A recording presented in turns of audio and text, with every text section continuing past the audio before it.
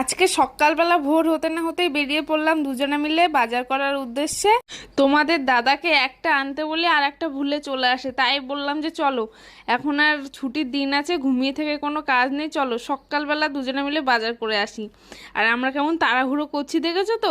দেখো আমরা বেরিয়ে পড়েছি, এটা হচ্ছে শেরাফুলি যাওয়ার রাস্তা।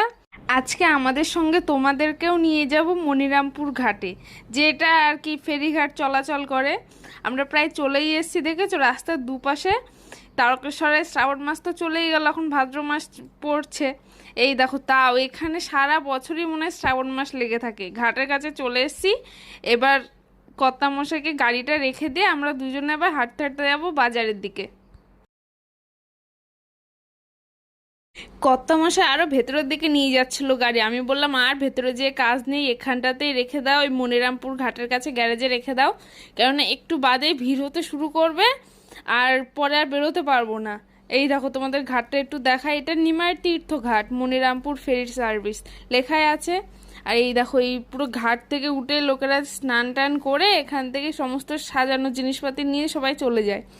এইটাই হচ্ছে বাজারে যাওয়ার রাস্তা। ওই দিক দিয়ে আরেকটা আছে, ওটা বাইরে যাওয়ার। এই দিক দিয়ে আসলাম, তোমাদেরকে একটু দেখাবো দেখে। এই বাক্স সাজানোর এমন চিলচিলি কাগজগুলো দেখিয়ে আমার নিতে ইচ্ছে করছিল।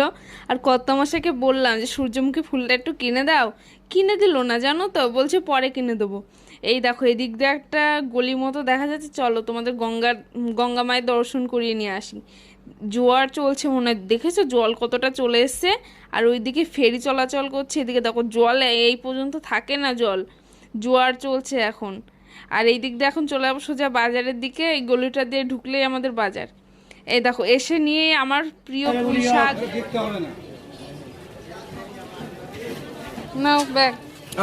কাঁটাগুলো আমার গায়ে গায়ে গুঁজে দিচ্ছে। কাঁটাটা ভেঙে নাও, কাঁটাটা ভেঙে নাও। মাথাটা কেটে বাদ দিয়ে দেবে।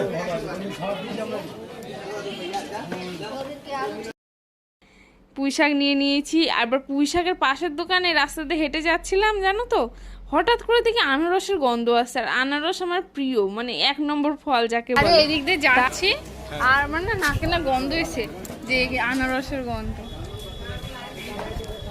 কাস্টার্ডে তো আনারসও দেওয়া যাবে না? হ্যাঁ, আনারস, আপেল, আম, যা খুশি কাস্টার্ড বানাবো বাড়ি যেয়ে। খালি একটু পটল নিয়ে নিচ্ছে।